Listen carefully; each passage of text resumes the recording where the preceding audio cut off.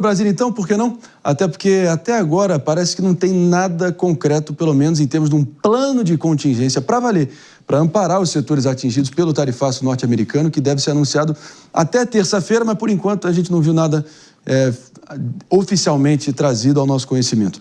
Mas ninguém melhor que o André Anelli, nosso repórter, diretamente de Brasília, com os detalhes para a gente. Fala, Anelli, fala, Xará. Quais são os movimentos aí em curso? Bom dia.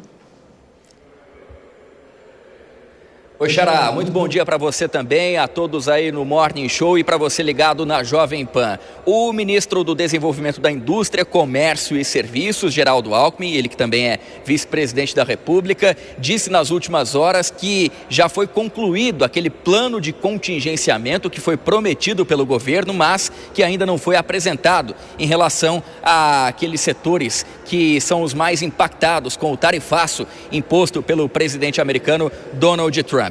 O que Geraldo Alckmin disse é que esse texto já foi entregue ao presidente Lula no dia de ontem e que o presidente Lula foi até tarde da noite ontem fazendo a leitura de todo esse relatório de como vai funcionar esse plano de contingência. A expectativa, de acordo com Geraldo Alckmin, é que esse plano seja apresentado entre segunda ou terça-feira da semana que vem, logo depois então do presidente Lula, nas palavras de Geraldo Alckmin, bater o martelo em relação a essa medida.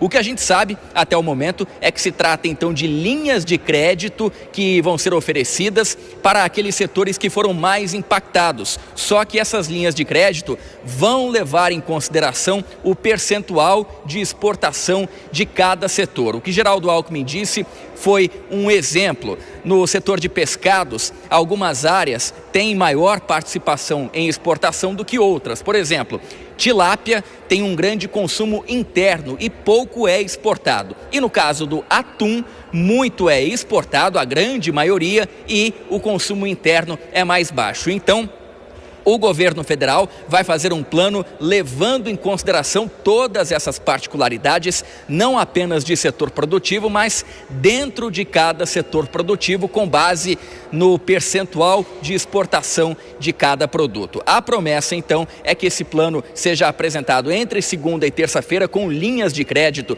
especiais, levando em consideração ainda o fato de que a atual taxa Selic, a taxa básica de juros, em 15%, deve fazer com que essas linhas de crédito tenham juros mais elevados, ainda que esses juros sejam subsidiados pelo governo federal. Portanto, o que o setor produtivo realmente espera é que haja uma negociação com os Estados Unidos para que as exportações voltem a ser viabilizadas. André.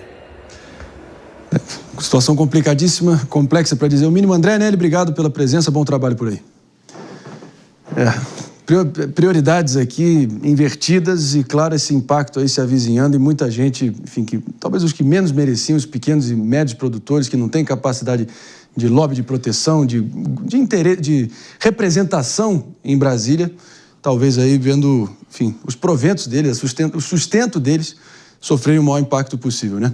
Não, vamos com o David. E em relação à negociação também, qual a negociação efetiva que teve, gente? Eu disse isso ontem no programa, não vi. Em relação à articulação, e o próprio presidente da República dizendo, não vou ligar para o Trump porque eu não quero me humilhar.